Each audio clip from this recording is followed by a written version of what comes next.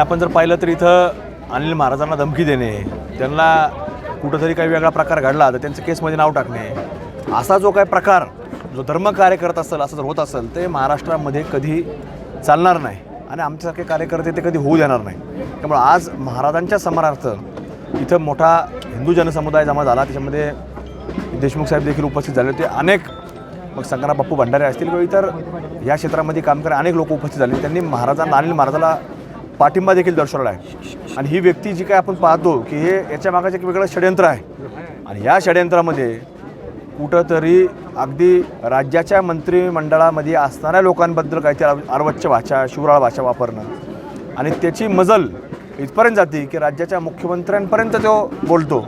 म्हणजे हे कुठंतरी प्रशासनावरती प्रश्नचिन्ह निर्माण होतो की प्रशासन नेमकं काय करतं आहे आणि त्या बाबतीमध्ये आज कुठंतरी आम्ही ही बाब सर्व कुठंतरी सरकारपर्यंत पोहोचू आणि अशा लोकांचा जागच्या जागी वेळोवेळी बंदोबस्त करणं हे प्रशासनाकडून होणं गरजेचं आहे, पण तसं होताना दिसत नाही।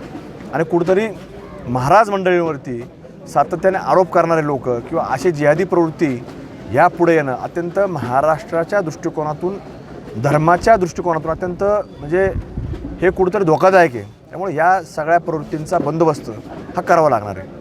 राज्याचे मुख्यमंत्री देवेंद्र फडणवीस यांच्याशी याबाबत काही संपर्क साधणार नाही, साधणार आहे आम्ही, त्यांच्यापर्यंत सगळी माहिती पोचवू आणि ह्या सगळ्यावर म्हणजे इथं पोलीस प्रशासन काय करतं आहे ही सगळी बाब आम्ही तिथपर्यंत निदर्शन आणून देणार आहोत। ठीक आहे की जे काही खोटे नाटे आरोप झाले होते, आराळ गावाची जी प्रतिमा मलिन करण्याच्या संदर्भातला जो एक षड्यंत्र रचलं गेलं होतं, अनिल महाराजांसारखे जे हरिभक्त पारायण आहेत की जे सातत्यानं ह्या विभागामध्ये हिंदुत्वाची जी पेटती मशाल जी आहेत ती सातत्यानं वाढवण्याचा आणखीन मोठी करण्याचा प्रयत्न करतात, त्या महाराजांच्या बाबतीत सुद्धा अश्लाघ्य बोलण्याच्या संदर्भातले जे प्रयोग झाले याला सगळ्यांना खूप मोठ्या पद्धतीनं उद्वेगानं आजचा हा मोर्चा आयोजित केला होता। बंद उद्याच्या काळामध्ये आम्ही घालणार आहोत।